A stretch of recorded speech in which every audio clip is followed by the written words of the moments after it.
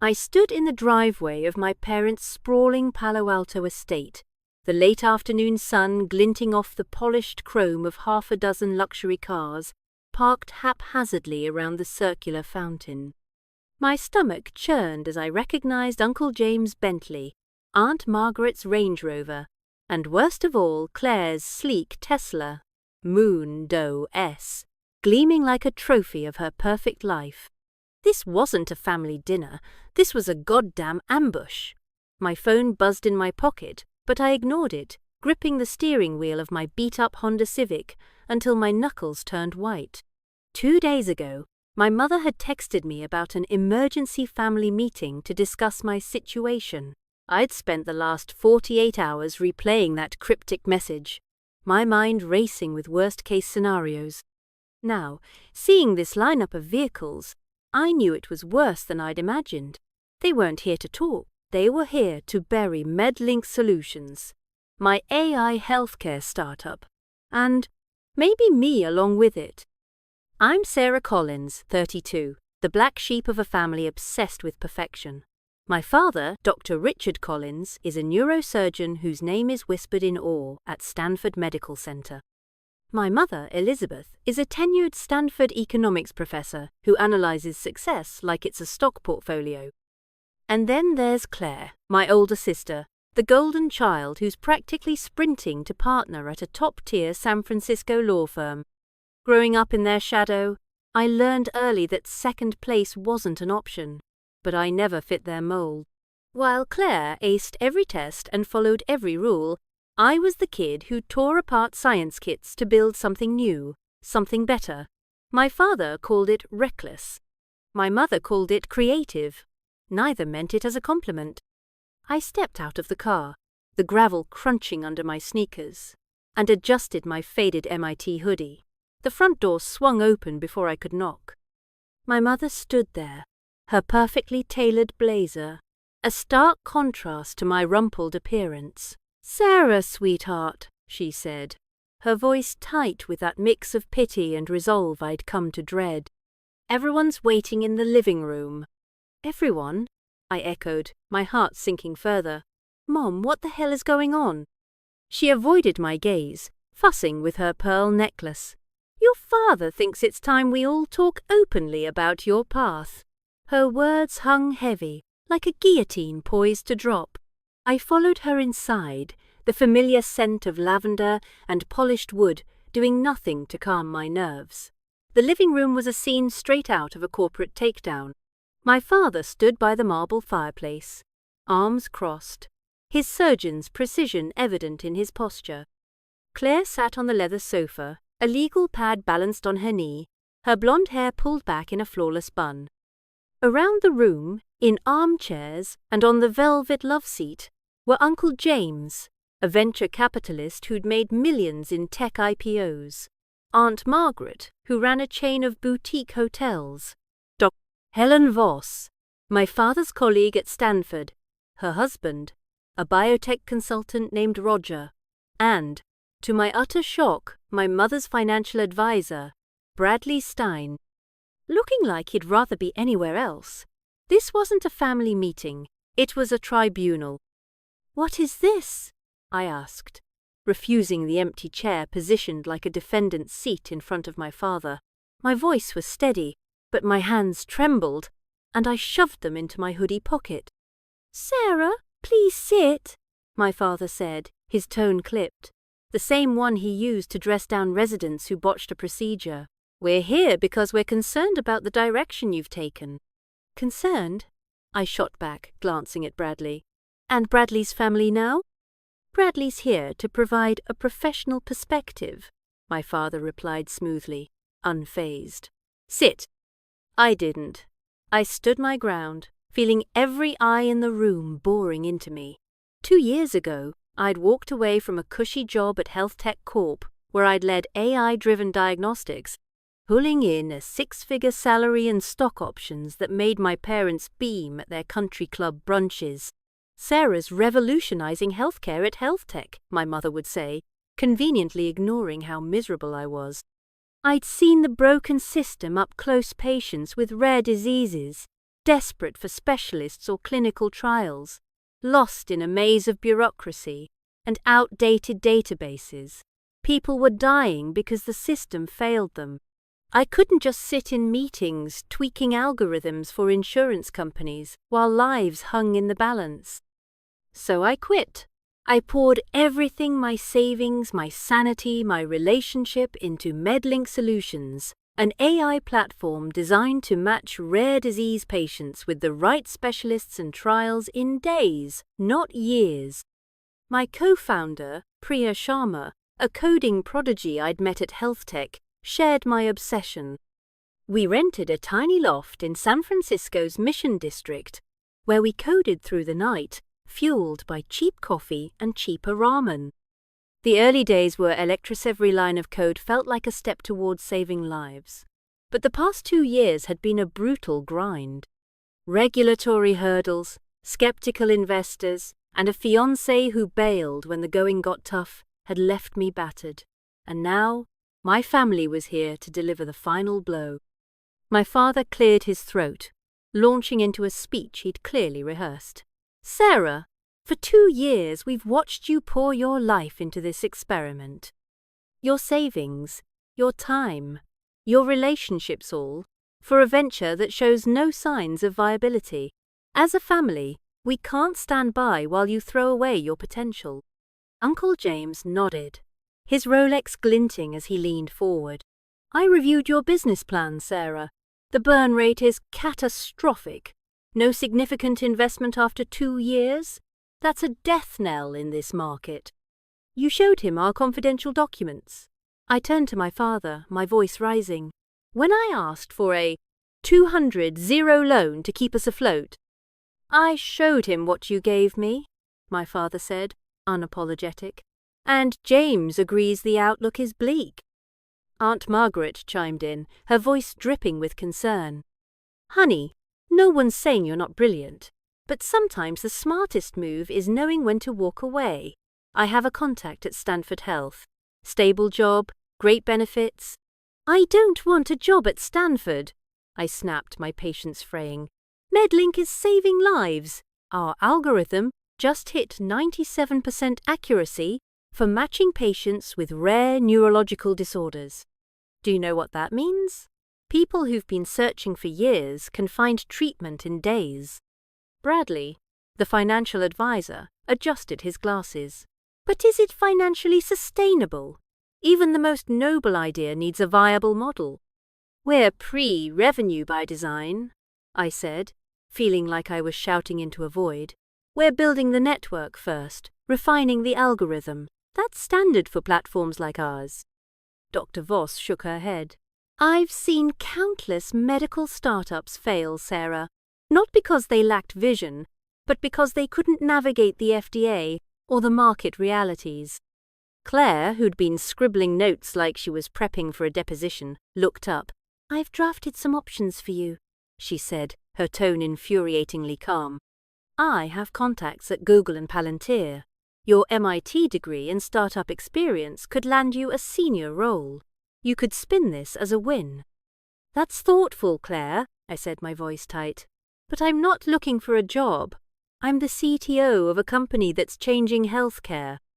My mother reached for my hand, her touch gentle but her words cutting. Sweetheart, we know you believe in this, but you've always been so idealistic. Sometimes reality doesn't match our dreams.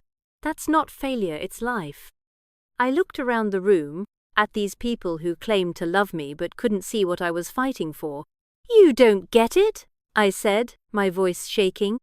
Last week, a 10-year-old girl named Mia, who has a rare genetic disorder, got into a clinical trial because of MedLink. Her parents called me crying, saying we gave them hope when every doctor had given up. That's what I'm building. My father sighed, his patience wearing thin. Sarah, everyone wants to save the world when they're young.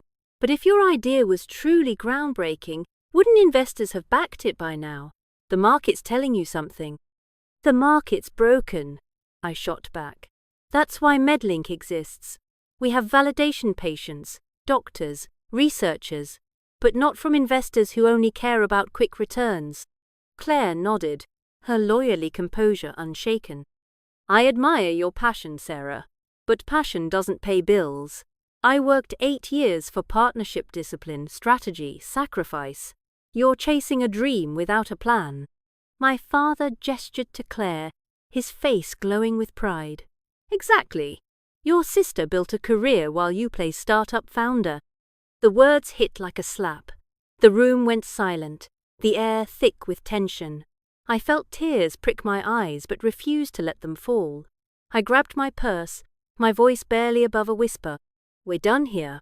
Sarah, don't be dramatic, my father started, but I cut him off. No, you don't get to do this. You've never tried to understand what I'm building. You've just judged me for not being Claire. My mother looked stricken. Sarah, please. We just want what's best for you.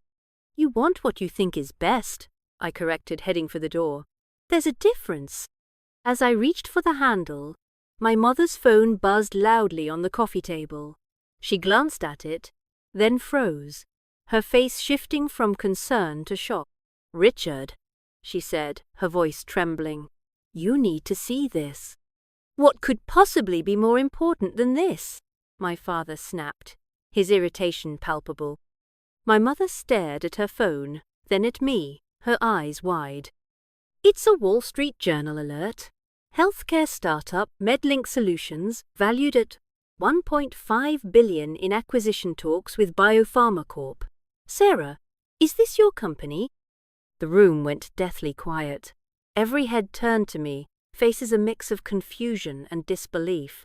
My knees felt weak, but I stayed upright, my mind racing. What? I managed, my voice barely audible. My mother handed me her phone, her hand shaking. I stared at the headline, the words blurring as my pulse pounded in my ears.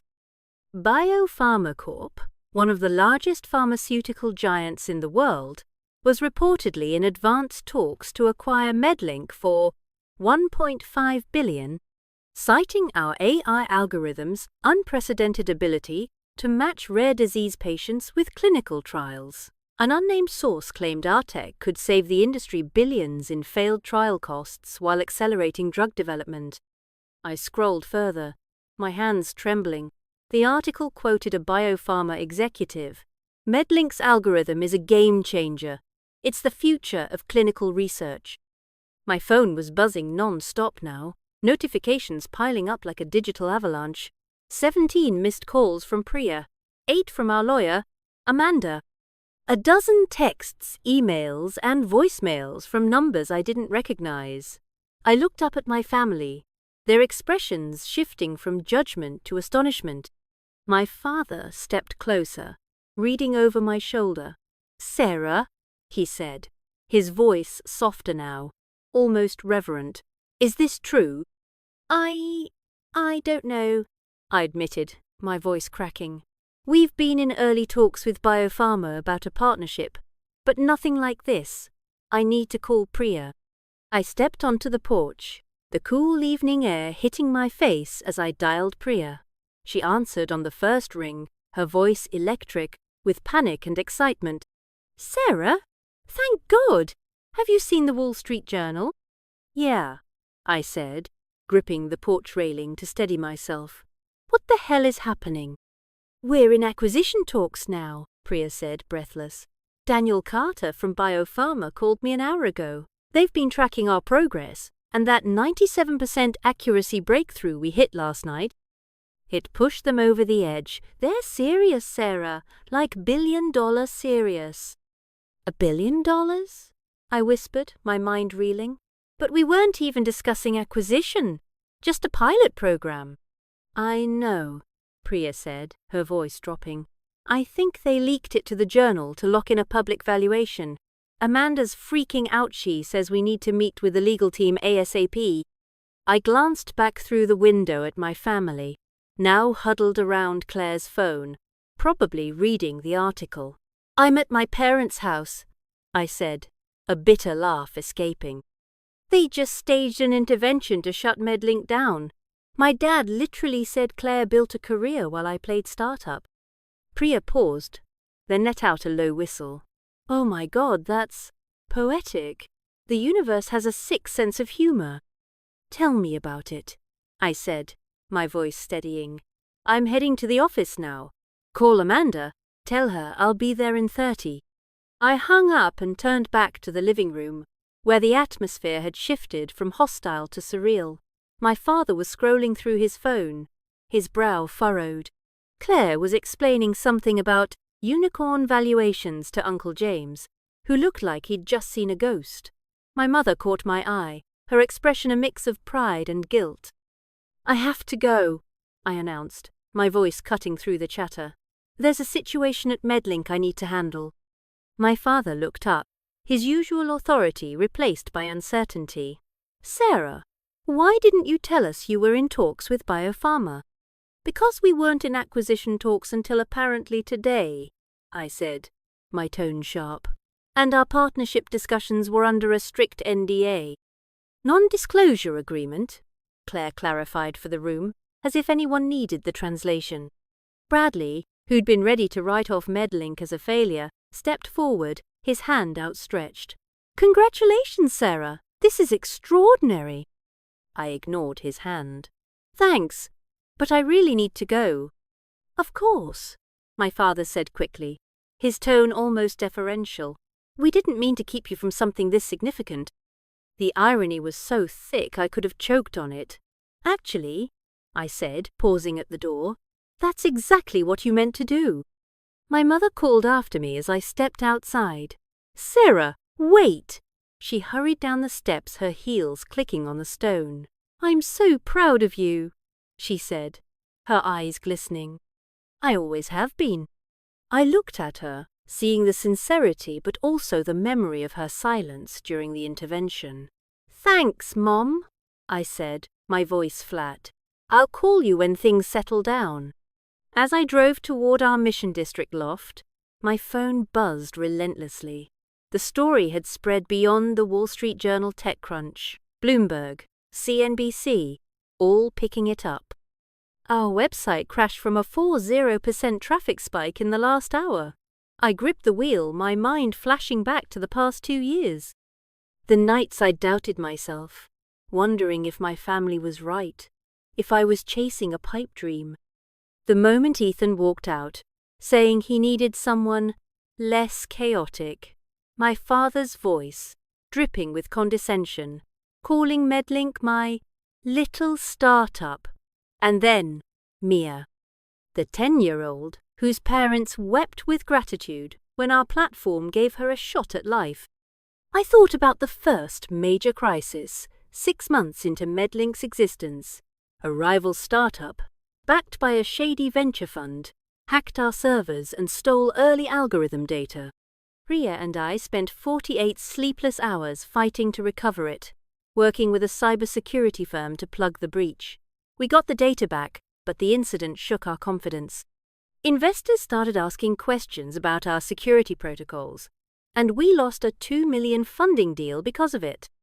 I could still feel the panic of those days, the fear that everything we'd built could collapse with one wrong move. Then there was the whistleblower, a disgruntled early hire who leaked flaws in our beta testing to the FDA. The surprise audit that followed was a nightmare weeks of scrambling to prove our compliance while our funds dwindled. We passed, barely, but the delay pushed our rollout back by 6 months, leaving us on the brink of bankruptcy. I'd begged my father for a $200,000 loan to bridge the gap, but he'd refused, calling Medlink a sinking ship. That rejection stung worse than Ethan's departure. The third blow came when a competitor launched a smear campaign, spreading lies about our data privacy practices. The headlines were brutal. Medlink Solutions, a privacy disaster waiting to happen. I'd stood in front of a room full of reporters, my heart pounding, defending our encryption standards, while knowing one wrong word could tank us. We survived, but the damage cost us a major hospital partnership. The fourth crisis was the worst. 3 months ago, I was driving to a critical investor pitch in Menlo Park when a black SUV ran me off the road. My car flipped into a ditch, and I woke up in the ER with a concussion and a fractured wrist. The police called it a hit and run, but Priya dug deeper and found evidence linking the vehicle to a rival startup's CEO. Sabotage. I missed the pitch, and we lost a $5 million deal that would have kept us afloat. Lying in that hospital bed, I'd wondered if I was in over my head, if the universe was telling me to quit. The fifth disaster hit just last month. An ex-employee, fired for missing deadlines, tried to sell our proprietary code on the dark web. Priya caught it in time, but the betrayal left us paranoid, auditing every line of code and every team member's access. We'd built something revolutionary, but it felt like the world was conspiring to tear it down. And yet, here I was, speeding toward our office, the Wall Street Journal headline burning in my mind. 1.5 billion. Acquisition talks. Biopharma Corp. It didn't feel real. I pulled into the lot outside our loft, where Priya was waiting, her laptop under her arm, her eyes wild with adrenaline. "You ready for this?" she asked as I stepped out. "No," I admitted, a shaky laugh escaping. "But when has that ever stopped us?" We climbed the creaky stairs to our office, a 500-square-foot space cluttered with whiteboards, empty coffee cups, and dreams too big for the room. Amanda, our lawyer, was already there, pacing like a caged animal. "This is insane," she said, thrusting a tablet at me. "Biopharma's legal team is freaking out about the leak. They didn't expect it to go public this soon." "What do they want?" I asked, scanning the email she'd forwarded. It was from Daniel Carter, Biopharma's CEO, outlining a preliminary acquisition offer, $1.5 billion in cash and stock, with a clause that would integrate MedLink's tech into their global clinical trial network. "They want everything," Amanda said. "Your algorithm, your team, your IP. They're talking full acquisition, not a partnership." My stomach dropped. We'd been discussing a pilot with Biopharma, a way to test our algorithm in their trials, but a full buyout? That wasn't the plan. "They can't have it," I said, my voice firm. "This tech is about patients, not their bottom line." Priya nodded. "Exactly. If they buy us out, they'll strip it down for profit. We lose control, and patients like Mia get screwed." Amanda held up her hands. "Slow down. This is a billion-dollar offer. You need to at least hear them out. But we've got a bigger problem. Biopharma's pushing for a 24-hour decision, or they'll walk." 24 hours? I nearly shouted. "That's insane." "It's a power play," Amanda said. "They know the publicity's driving your valuation through the roof. They want to lock it in before other bidders jump in." I sank into a chair, my mind spinning. Other bidders? This was moving too fast. My phone buzzed again, a text from Claire, of all people. "Saw the WSJ article. I was wrong, Sarah. Let me help. I know tech acquisitions. Can I come by?" I stared at the message, torn between resentment and curiosity. Claire, who'd sat there while our family tore me apart, now wanted to play ally. But she was a corporate lawyer, and a damn good one. If anyone could navigate this mess, it was her. "Fine," I texted back. "Be here in an hour." As Priya and Amanda dove into the term sheet, I stepped outside to catch my breath. The San Francisco skyline glittered in the distance, a reminder of the stakes. 2 years ago, I'd walked away from a life of comfort to build something that mattered. I'd lost my fiancé, my savings, my family's respect. I'd survived hacks, audits, smear campaigns, a car crash, and a near betrayal that could have ended us.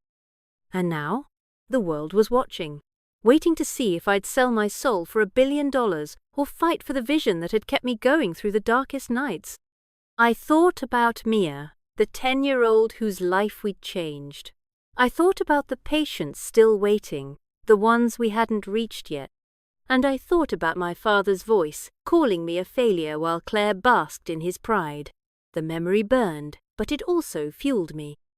Whatever happened in the next 24 hours, I wasn't going to let them define my success. Not Biopharma, not my family, not anyone. I walked back inside, where Priya was scribbling equations on a whiteboard. Amanda was on the phone with our board, and the clock was ticking. This was it, the moment everything could change, or everything could fall apart. Again, the fluorescent lights in our Mission District loft buzzed like angry wasps, casting harsh shadows across the cluttered whiteboards and empty Red Bull cans. I stood at the head of the room, my fractured wrist throbbing under its brace, staring at Priya's laptop screen, where Biopharma's $1.5 billion acquisition offer glowed like a ticking bomb. Amanda, our lawyer, was pacing again, her heels clicking against the worn hardwood floor. Priya scribbled furiously on a whiteboard, mapping out revenue projections that looked more like battle plans. My phone hadn't stopped vibrating since I'd left my parents' Palo Alto estate an hour ago, the Wall Street Journal headline still burning in my mind. MedLink Solutions valued at $1.5 billion in acquisition talks with Biopharma Corp. It was surreal, a dream I hadn't dared to dream, but the weight of it felt like it could crush me. 24 hours. That's what Daniel Carter, Biopharma's CEO, had given us to accept or reject their offer. 24 hours to decide the fate of MedLink, the AI platform I'd poured 2 years of my life into, the one my family had just tried to bury. "Sarah, you need to see this," Amanda said, thrusting her tablet at me again. Her usually composed face was taut with urgency.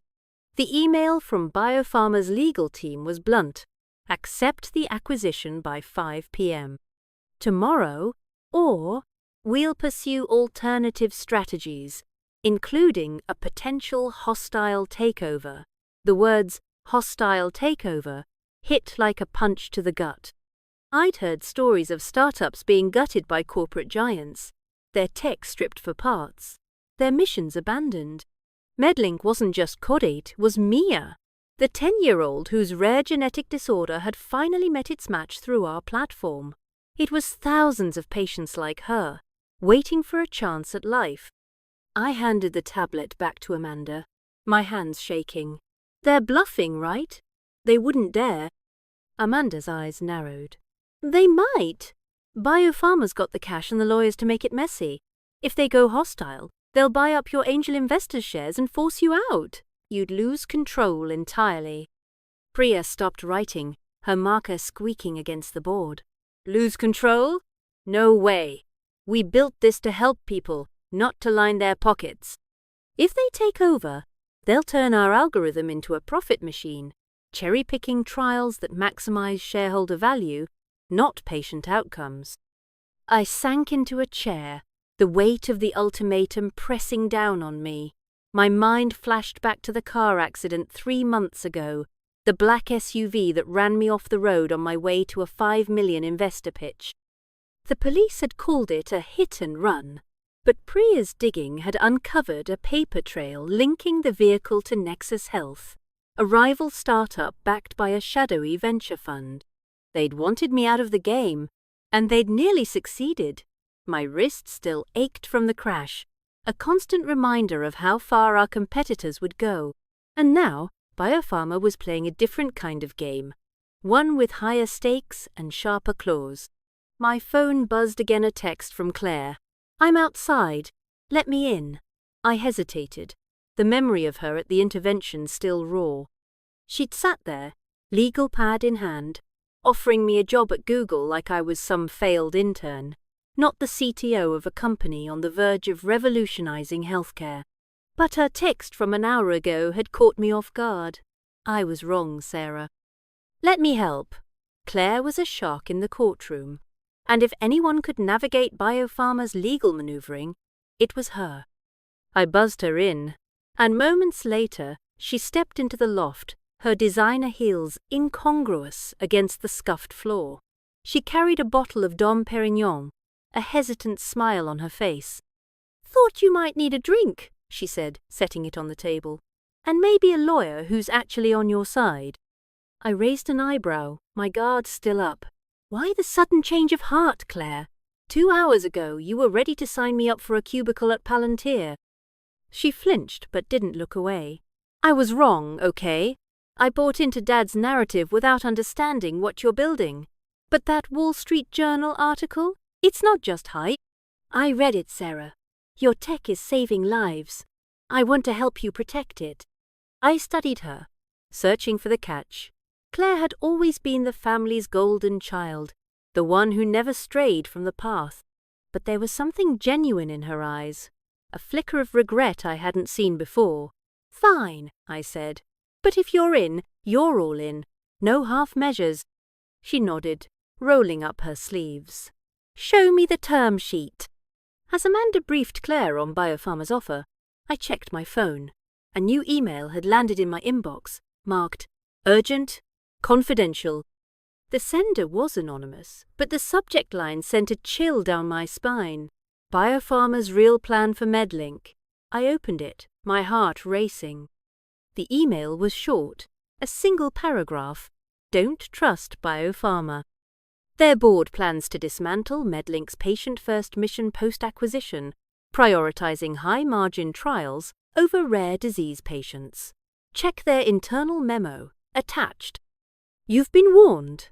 Attached was a PDF, a leaked Biopharma memo outlining a strategy to optimize our algorithm by focusing on blockbuster drug trials, sidelining rare diseases with lower ROI. My blood ran cold. This wasn't just a business deal, it was a betrayal of everything we'd built. Priya, look at this, I said, forwarding the email. She read it, her face hardening. This is why we can't sell. They'll gut us. Claire leaned over, scanning the memo. This is bad, Sarah. If this is real, you're not just losing control, you're losing the soul of Medlink. But we need to verify this. Anonymous leaks can be traps. Traps? I asked, my voice sharp. From who? Nexus Health, Priya said, her eyes narrowing. They've been gunning for us since the hack. This could be them stirring the pot, trying to scare us into rejecting Biopharma and tanking our valuation. Or it's real, I countered, my mind spinning. The hack, the car accident, the dark web code sale nexus had already proven they'd play dirty. But Biopharma wasn't exactly a saint either. I thought of Mia, her parents' tearful gratitude, and the thousands of patients like her who needed Medlink to stay true to its mission. I couldn't let either side win if it meant sacrificing that. Amanda's phone rang, and she stepped away to take it, her face growing pale. When she returned, her voice was grim. That was the FDA. They're launching an emergency review of our platform, claiming unverified compliance issues with patient data handling. They're threatening to suspend our operations pending the investigation. What? I stood up, my chair scraping against the floor. We passed their audit 6 months ago. This makes no sense. It's not a coincidence, Priya said, her voice low. Biopharma's flexing their muscle, or Nexus is pulling strings. Someone's trying to force our hand. Claire's eyes narrowed. This is classic corporate sabotage. The FDA doesn't move this fast without a push. Biopharma could be using their connections to pressure you into accepting the deal before you can fight back. My phone buzzed again, a text from an unknown number with a New York area code. Accept the offer, Miss Collins, or things get worse. You don't want to know how much worse. My hands went cold, the words blurring on the screen. I showed it to Priya, whose jaw tightened. This is Nexus, she said. Or someone working for them. They're not done with us. I felt like I was drowning.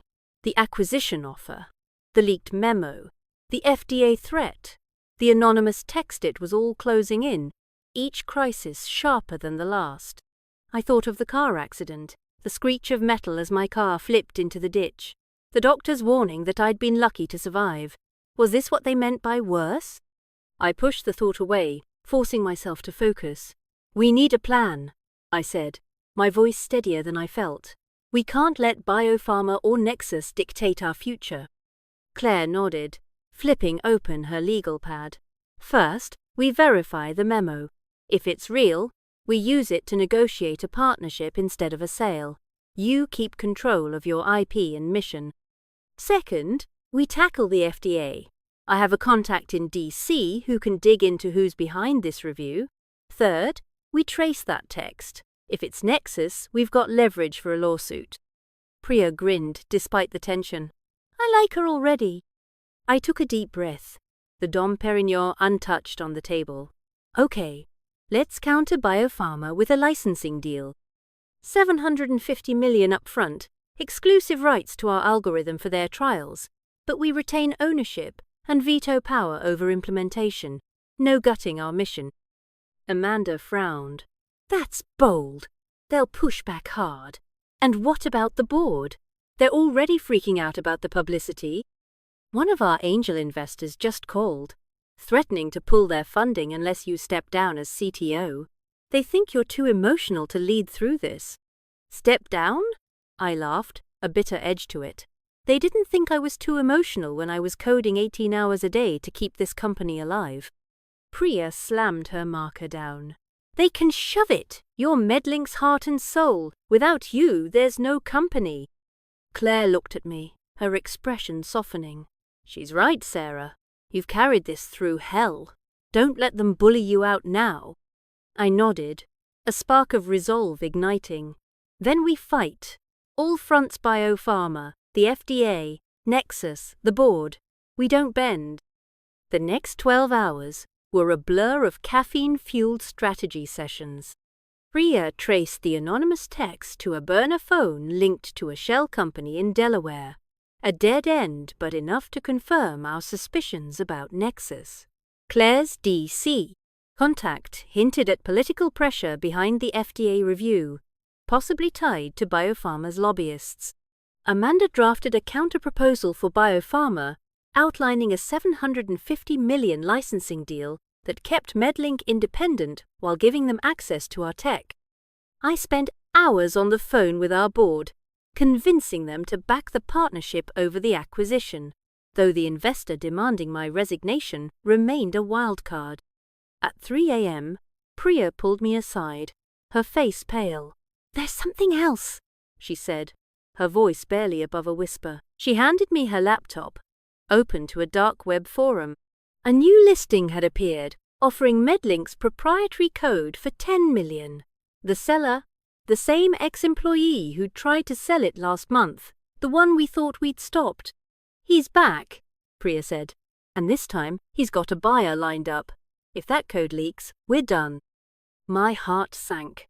The code was Medlink's core, the algorithm that made us a billion-dollar target. If it hit the market, Nexus or any other competitor could replicate it, and our edge would vanish. "How did he get it again?" I asked, my voice shaking. "He must have kept a copy before we fired him," Priya said. "We locked down our servers, but he's smarter than we thought." I felt the walls closing in again, the same panic from the car accident, the hack, the audit, but I couldn't let it win. "We need to shut this down," I said. "Contact our cybersecurity guy. Trace the buyer. If it's Nexus, we've got them." As Priya got to work, Claire pulled me aside. "There's one more thing," she said, her voice low. She handed me a printed email, intercepted from one of Biopharma's junior executives. It was a draft press release dated tomorrow, announcing the acquisition of Medlink as a done deal. "They're planning to go public with this, whether you agree or not," Claire said. "They're betting you'll cave under the pressure." I stared at the email, my blood boiling. Biopharma wasn't just negotiating, they were manipulating the narrative, trying to force my hand. I thought of my father's voice at the intervention, calling Medlink a delusional fantasy. I thought of Ethan, walking out when the dream got too hard. I thought of Mia, her parents' hope, and the patients we hadn't reached yet. "They're not getting away with this," I said, my voice steady now. "We send the counterproposal. Now." By 6 a.m., we'd finalized the licensing deal and sent it to Biopharma. Amanda included a pointed note referencing the leaked memo, hinting we knew their plans and weren't afraid to go public with it. It was a gamble, but we had no choice. The FDA threat loomed. The dark web sale was ticking like a time bomb, and the board's ultimatum hung over me like a guillotine. I hadn't slept in 24 hours, and my wrist ached with every keystroke, but I felt alive, electric with defiance. At 8 a.m., my phone rang Daniel Carter himself. His voice was smooth, almost too calm. "Sarah, I received your counter-proposal. It's creative. But let's be clear. Our board prefers a clean acquisition. 1.5 billion is a life-changing number. Why risk it all for control you might not need?" "Because it's not about the money," I said, my voice unwavering. "It's about patience. Your memo made it clear you'd sideline rare diseases for bigger profits. That's not what Medlink's for." There was a pause, then a low chuckle. "You're tougher than I expected, Ms. Collins. I'll take your proposal to the board, but I can't promise they'll bite. And if they don't, you're playing a dangerous game." "Dangerous?" I shot back. "Like sending an SUV to run me off the road? Or pushing the FDA to shut us down? I know how this game works, Daniel." Another pause, longer this time. "Careful, Sarah," he said, his tone colder now. "Accusations like that can complicate things. You have until 5 p.m. He hung up, and I stared at my phone, my heart pounding. Priya looked at me, her eyes wide. "Did you just accuse the CEO of Biopharma of attempted murder?" "Pretty much," I said, a shaky laugh escaping. "Too late to take it back now." Claire grinned, a rare crack in her polished facade. "That's my sister. Ballsy as hell." The day unfolded like a high-stakes chess game. Priya's cybersecurity contact traced the dark web buyer to a shell company linked to Nexus Health, confirming our suspicions.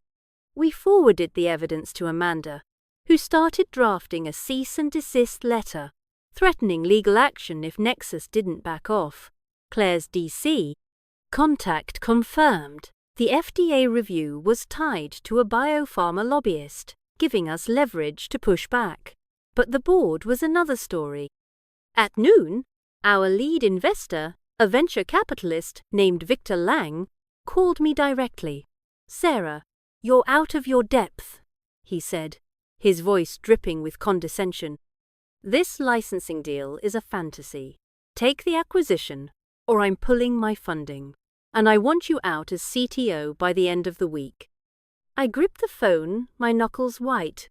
"Victor, I built this company from nothing. You don't get to push me out because you're scared of a fight." "You're emotional, not strategic," he snapped. "Step down, or we're done." I hung up, my hands shaking with rage. Priya overheard and shook her head. "He's bluffing. He knows Medlink's worth billions. He just wants a bigger cut."